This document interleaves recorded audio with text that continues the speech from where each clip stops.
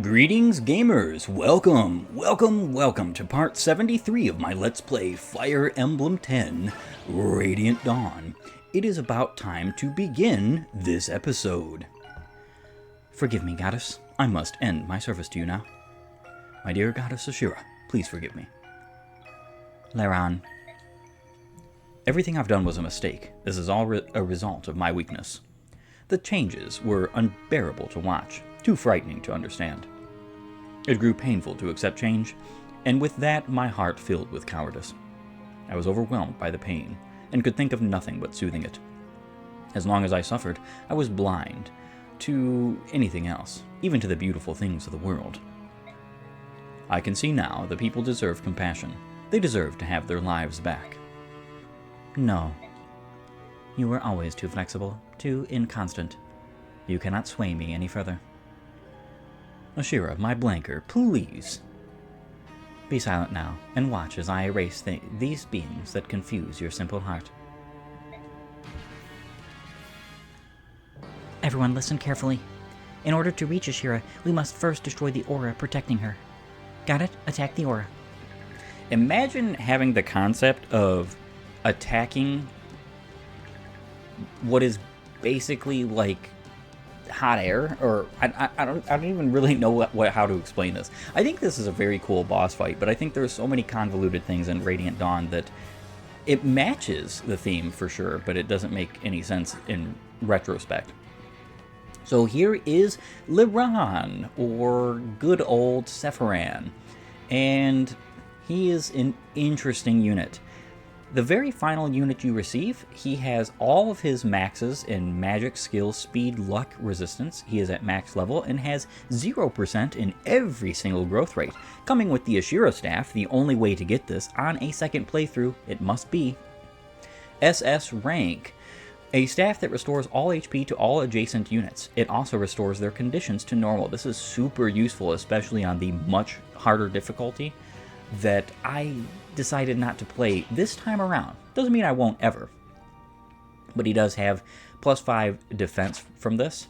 He is an S rank, or double S rank light, dark, and staff wielding unit. That means he can go ahead and use your double S rank Balberith Dark Tome, if you had it blessed, or your double S rank Rex Aura Tome, if you had that blessed. He also comes with Mantle and Corona. Now, the interesting thing is the Mantle does affect him in all retrospects. Good old Sephiran here cannot be attacked and will never be attacked by Ashera head-on, even when he attacks her directly. Now, he will be attacked by the map attacks, but that is moot, to say the absolute least. What I am going to be doing, and this just makes a lot of sense in my humble opinion, is I'm actually going to be giving over the Rex Aura Tome to him. Because Micaiah is at her max speed of 33. Even with, the fact that it's 11 weight. So what this means is that because he comes with a base 11 strength, he is never weighed down by Rex Aura. Now, he is weighed down by Balberith, but he's never weighed down by Rex Aura, which means he doubles Ashera at all points. Even main Ashera. Now, I wouldn't attack main Ashera with him because she has 50 resistance, so that's utterly pointless. But the auras, he can actually do reasonable damage to. So he's going to do 22 times 2 to the corner auras that do not have Wardwood covering them exactly. Now, of course, there are some caveats here that I must allude to, and that is... Now, it would have been actually great if I had put Nazir a little bit closer. I guess it really doesn't matter. It really doesn't. I'm going to use the Leguse gem on Nazir. Gareth, I have a Leguse stone I can use. I don't think this fight is going to last long enough for it to matter otherwise.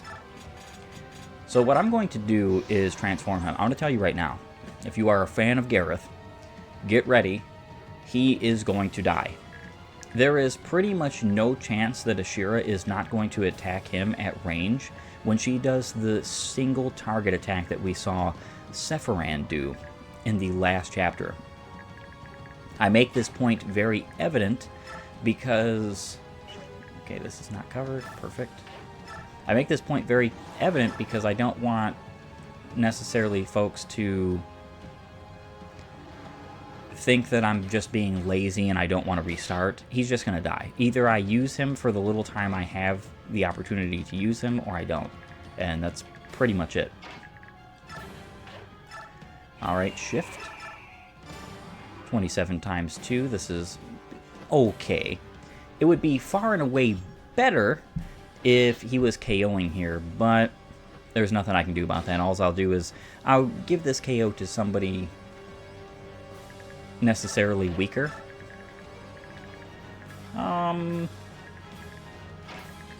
Can Mist do it? She can, just. That's actually kind of really funny. So Mist is not a unit I ever use in this particular chapter to attack Ashera.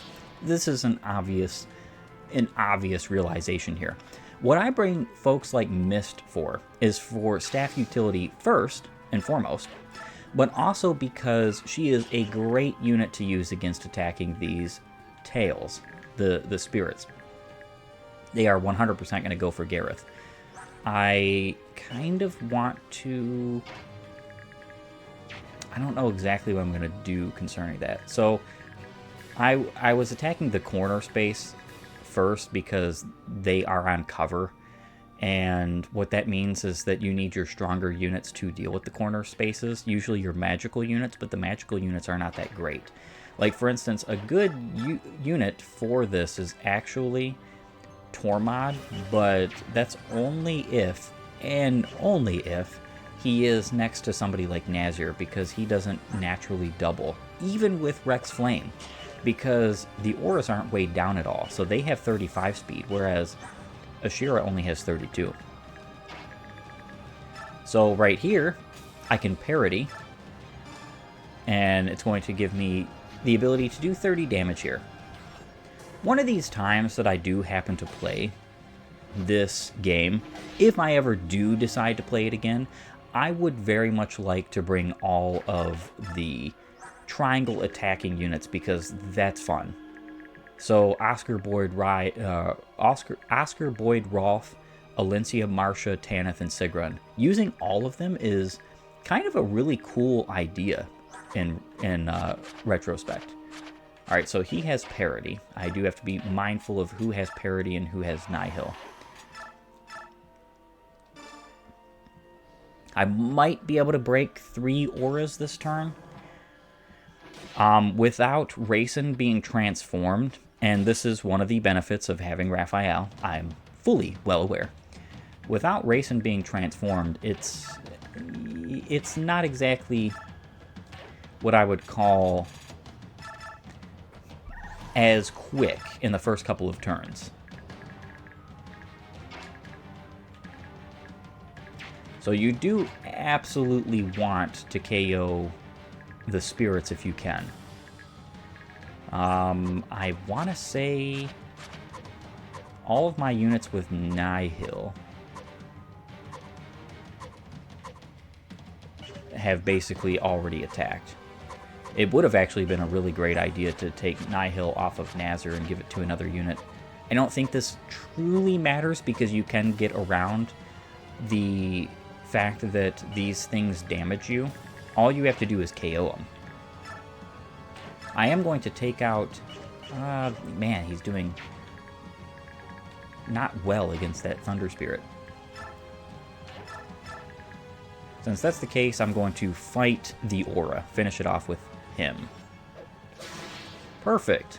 I was actually figuring that he would miss there. There's been many times on False Hit where I have seen a unit miss like a 90 plus on a KO from the auras or Ashera, and the reason being is because, well, she has Miracle inbuilt with Mantle. It's, like I said, it's a much lower proc. There's actually a lot of debatable truth behind this, whether this is even the case, that there's Miracle, but the problem is that most people just don't, there's not very clear evidence. And if she doesn't actually have Miracle, then maybe she has some capacity to just dodge attacks just because she can. that's something I've legitimately thought about too before.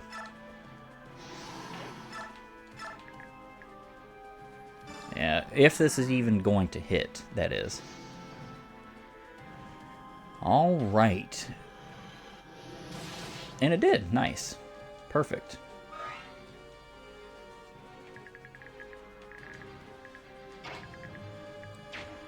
All right. So I actually, come to think of it, I might be able to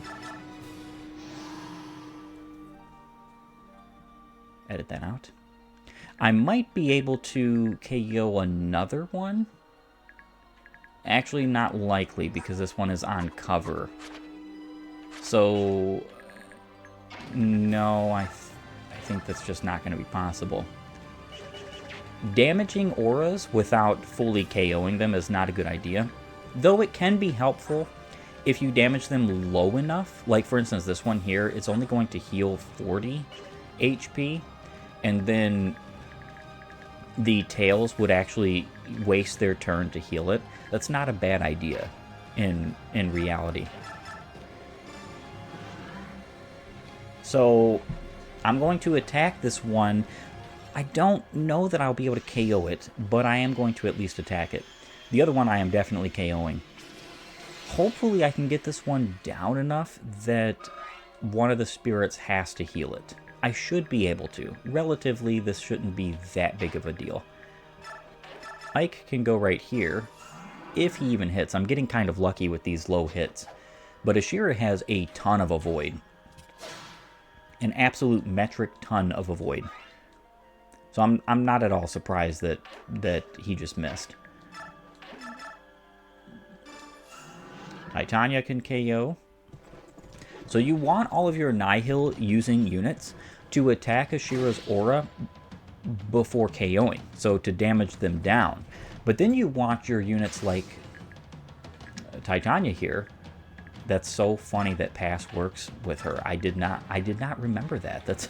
That is great.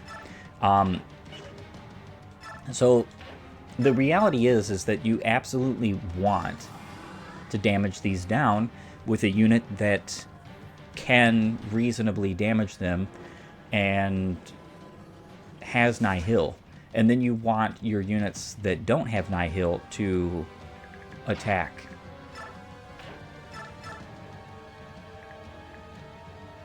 Yeah, only 14 damage here. This is kind of pointless. Would have been really pointless to attack the other, so I guess this doesn't really matter. Again, like I said, what would be great here, and of course I'm going to Ashera staff my allies here. What would be really great is if I wouldn't have missed some of those hits. This isn't surprising either. I guess Kanagas is a better target for them over somebody like Gareth. It's kind of humorous, though, that these guys, these spirits, have so much movement. And they really do. Just it's amazing. You would have never suspected that enemies would have so much movement. You would face me in battle? I need no further evidence of your kind's imperfections. This will hardly be a battle at all. Simply an end. Perish, flawed one. Is this a magical attack?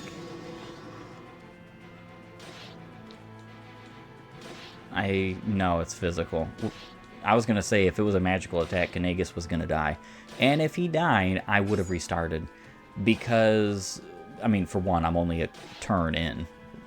But also, for two, it's just, you do not, absolutely do not want to lose somebody as overpowering as Kanagas. I wish he had a bit more speed right now. I can technically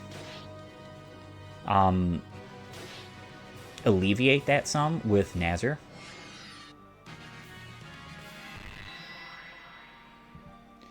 Alright. So a lot of my units are healing up. There is a lot of heal tiles on this particular chapter, so you can position your units to take advantage of that.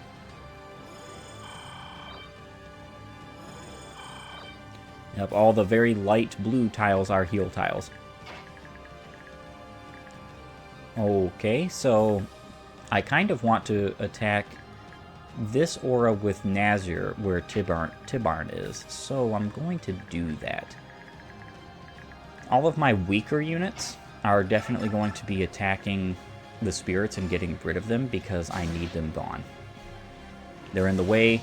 They will damage down somebody, especially like Kanagas. You do not want this. Not whatsoever. I do have to be very mindful of where I put my units, particularly. 22, 32. Because I do want to reposition for a dance.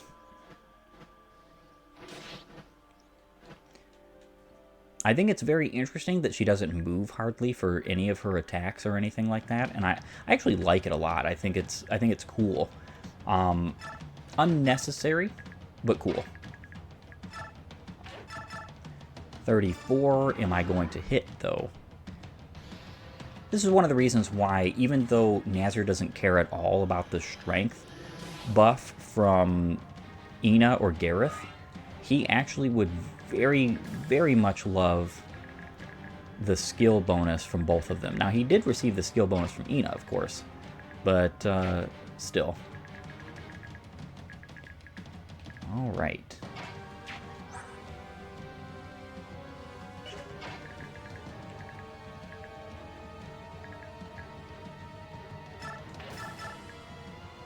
Yeah, she's still not doubling that aura, which is unfortunate, but it's just something you would expect, only having 38 speed with the +5.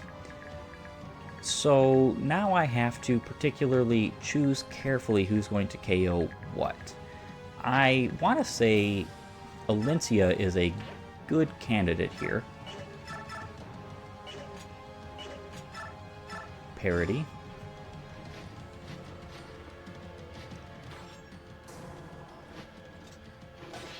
As long as she hits both... Yes, and she did. Awesome.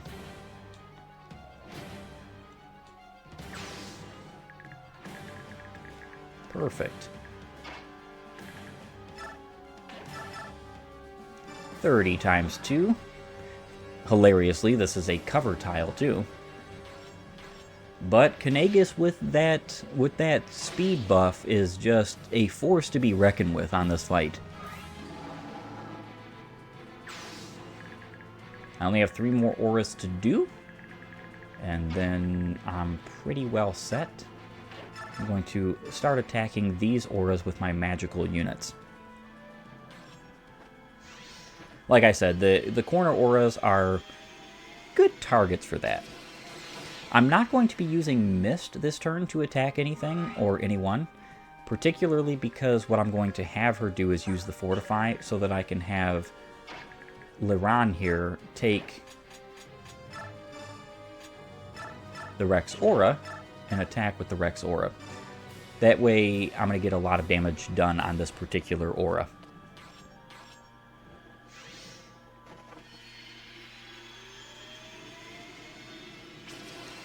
I think he is a very awesome, pretty much Goto or Athos archetype. I would like it if he came with his Crady Lad, though. I think that's my only issue with this. And I understand why he doesn't. It's story implications of the fact that he won't use the very same magic that he gained from Ashera on her. I like that little nod, but I also just wish that he would have it, because it would make this fight a lot more fun if he had something of the sort. Yeah, these are both on Wardwood tiles, so it's not a good idea to necessarily do that. And is he going to hit? Likely not.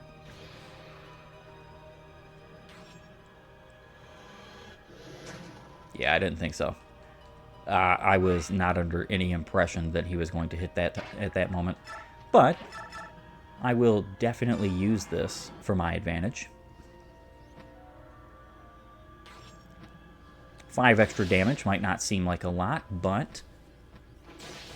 Now, this is kind of stupid on my part that I didn't use parity. But what I will say is I believe parity cancels out things like Blood Tide on you. Not too sure on that one, so don't necessarily quote me. But that very well could be a thing.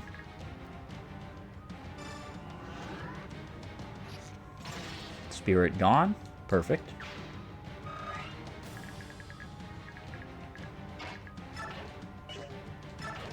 I could attack you here, but I don't think that's gonna... Well, I guess I'll do it anyway, just for a little bit of extra chip damage.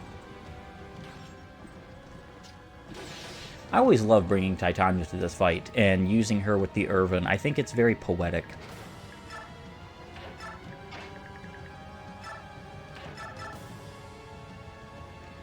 Well, that's not really going to be helpful. Would be nice to have all of my units actually attack, though. Show off animations, so on and so forth. Also would be nice if I could KO Ashera very quickly here, because soon, and very soon, she is going to absolutely annihilate Gareth. And I'm not too pleased with that idea. I don't necessarily want to lose a unit, but it's very likely going to happen.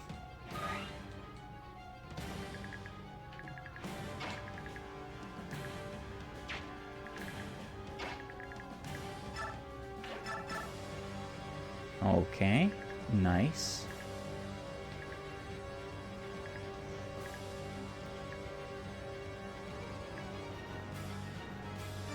I think I'll attack this one. That should be a perfect use of Tormod here. And the fact that he's actually going to hit because his biorhythm is up. This is actually an interesting thing, though, is that this fight actually takes biorhythm into account, and you have serious effects from it. It's not like crazy or anything of that nature, but I think I'm going to hold off on Ike there. For good reason.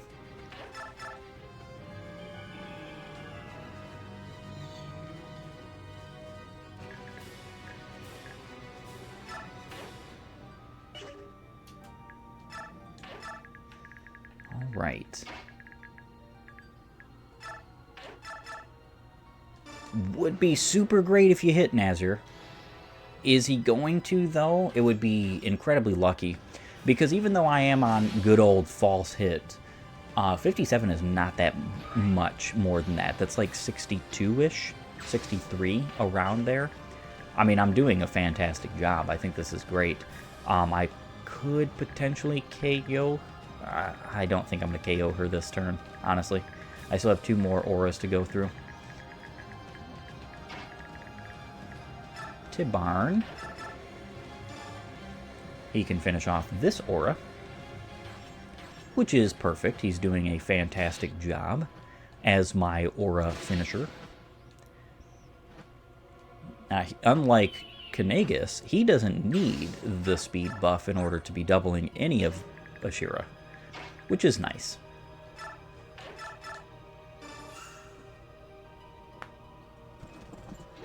And a finished aura here. Technically, I could have finished this with someone like Mist, but in retrospect, in reality, it's not necessary. The aura is gone. Excellent. Now we can finish this. Okay, so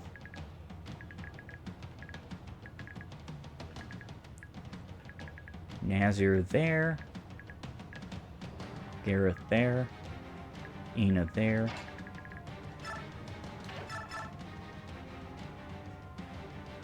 Yeah, this is funny because she can't even attack back. Her range is 1 through 2.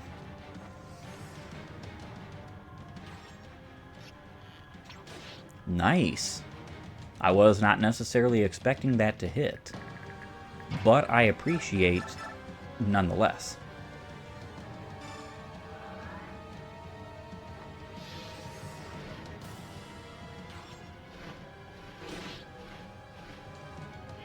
And finally, you get to see Ashera's actual attack, and it's basically Crady Lad. Basically. 20 times 2.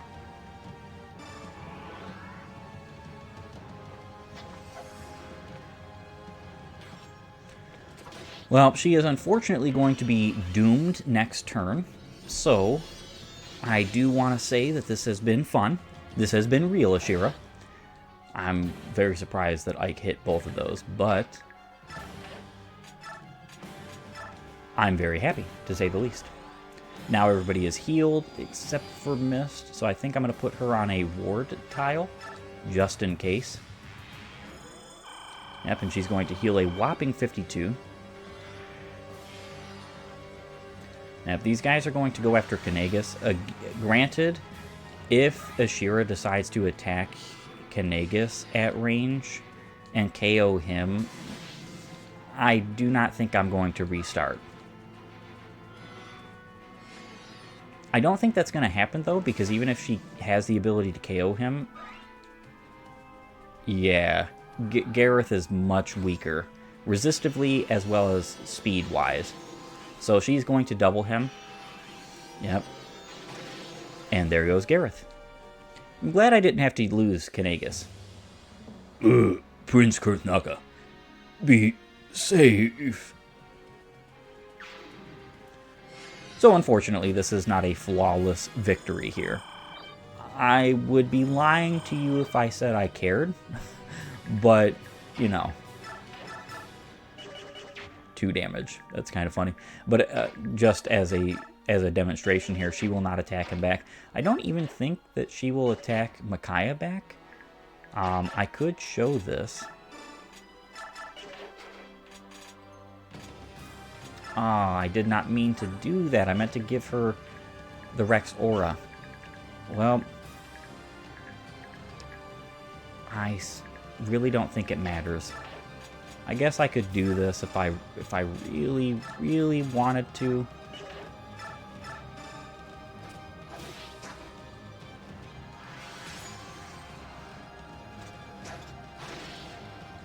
Alright, so I'll move her over here. This is very convoluted and totally pointless. But I'm going to do it anyway just to show it off, because I do want to say this is the case. Yeah, Ashera will not attack Micaiah back because she houses Yune at this current moment. 28 times 2. Yeah, see, Ashera doubles Nazir, but as you can see, his resistance basically says, I don't care. 35. And of course, marksmen are amazing in this fight, specifically because if they have enough skill to hit, then Ashera can't attack them back, which is kind of humorous, to say the least. So this is going to do 54, which is okay. You do not want to KO Ashera with anybody other than Ike. The reason for this is because Ike has a cutscene to KO her, and if you KO her without Ike, what happens is that she comes back to full health and basically says, yeah, I can't be defeated. I'm not going to necessarily let that happen, though.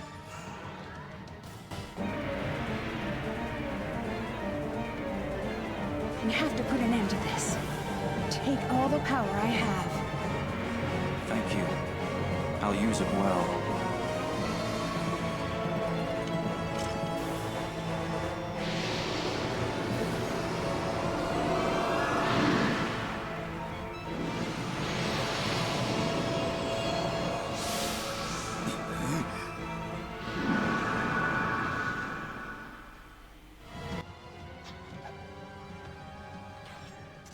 I know this is a big thing of anime and medieval fantasy culture, but that sword would be so big. It would weigh like 80, 90 pounds. But there goes Ashera.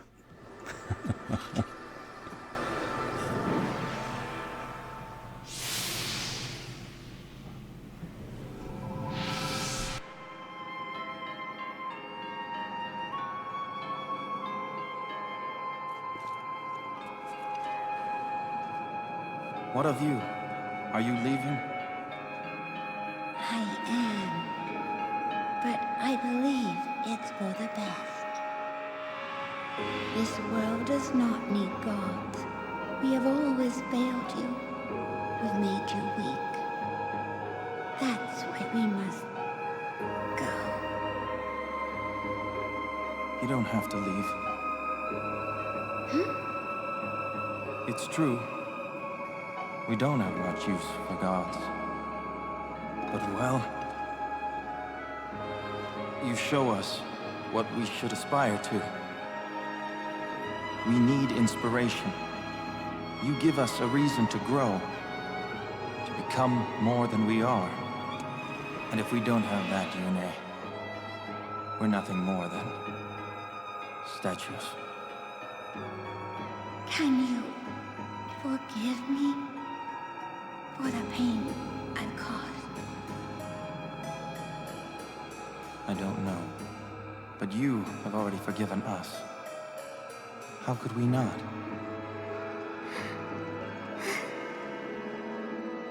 We are all family. We will try to understand one another, even when we disagree. You're right. I will try one more time.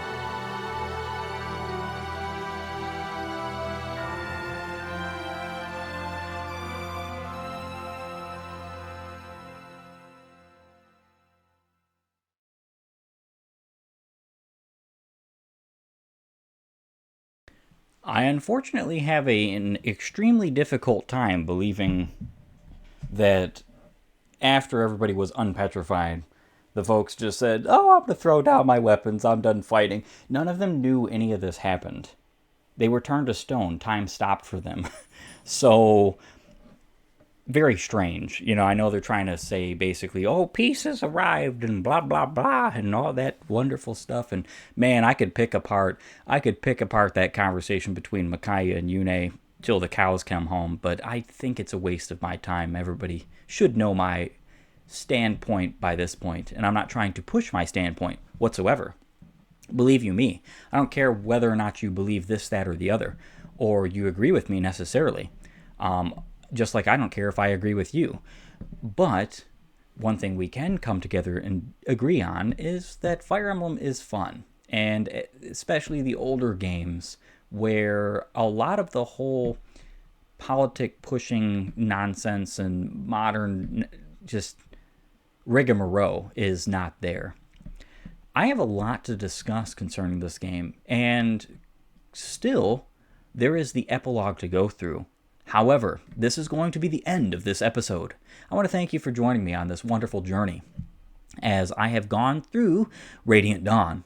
And though there have been ups and downs, and complaints, and admonishes, I still love this game. I always have loved this game. I think it's a fantastic entry in the franchise. It's not flawless, but it does offer some very unique gameplay and story, even if that story isn't necessarily my personal cup of tea. Oh, genealogy and Thracia, jug roll games, wherefore art thou when story is needful? With that being said, I'll see you all in the next episode. Have a great and glorious day gaming.